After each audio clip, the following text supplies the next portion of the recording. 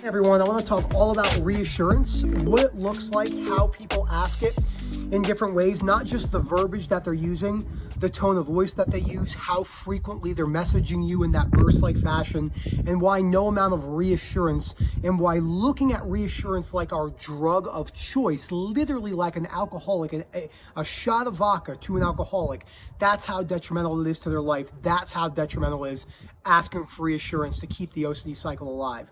Before I go any further, please subscribe, hit that like button, comment down below. Let me know what you think about this video, and really take a hard think about what I'm about to say in this video, because this is something that holds all of us back. Any OCD and anxiety sufferer will not recover and will be stuck in OCD for the remainder of their life until they learn to stop asking for reassurance. Now, reassurance is the promise that never delivers, but it feels so real, like you need to do it right now, and if you don't do it right now, you're never going to achieve OCD and anxiety recovery.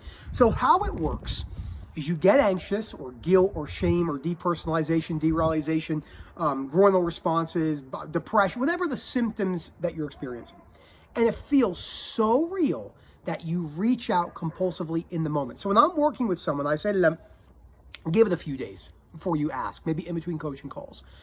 You see it on the webinars. People will just start talking. They'll turn their mic on and start talking. And this isn't the end of the world, but it is something to highlight. And I cover this. If you're working with someone who doesn't understand reassurance, they will be reassuring you, almost without a doubt.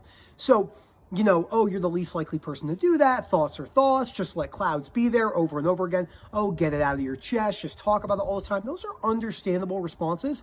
And there is a time and place for those to have applicability.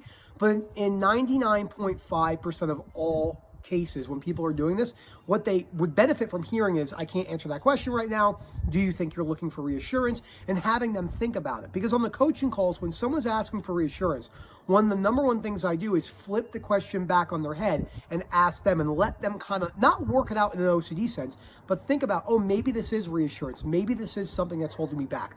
So reassurance doesn't just look like, am I a bad person? Am I going to be stuck for the rest of my life over and over again? And a lot of people ask in the WhatsApp groups and the webinars, coaching calls, and forums, you know, how do I know if I'm asking for reassurance or it's a genuine question? That question has no answer. Now, there's obvious signs when something is being compulsive, but leaning into the uncertainty that maybe you are being compulsive with this. You know, maybe you are doing something that is keeping the cycle alive. It takes a while to really notice that stuff. It also takes a while to understand what reassurance is, because it's very deceptive in the way it comes about. Look at that wind right now in my hair. And again, it doesn't just present itself in what people say.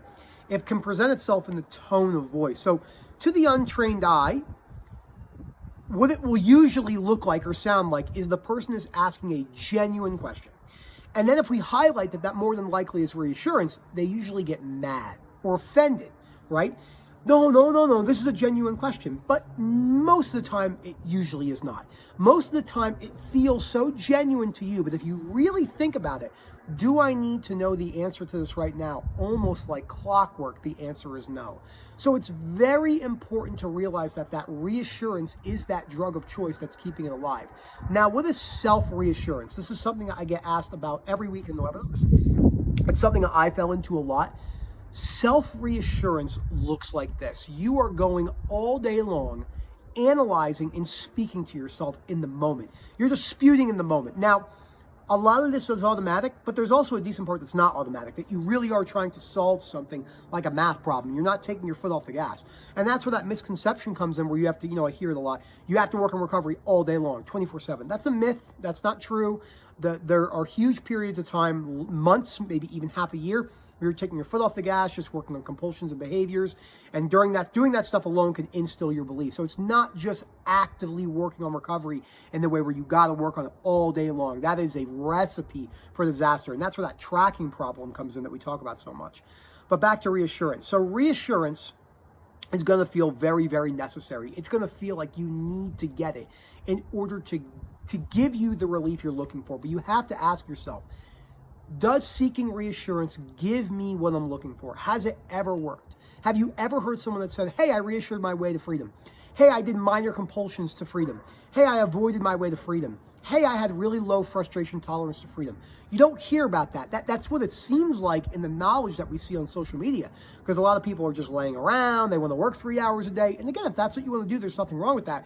But the reason why most people are doing that is not because they're financially free or they really want to do it. It's almost always a fear of burnout and a fear of stuff like that. So these are the type of reassurance mechanisms that you're getting.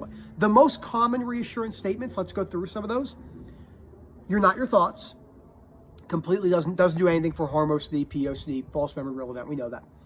Just let it float. Now, floating and being anxious and symptoms, chronic guilt and shame, that's a very important part. It's not the whole journey, but it is a lot of the meat and potatoes part.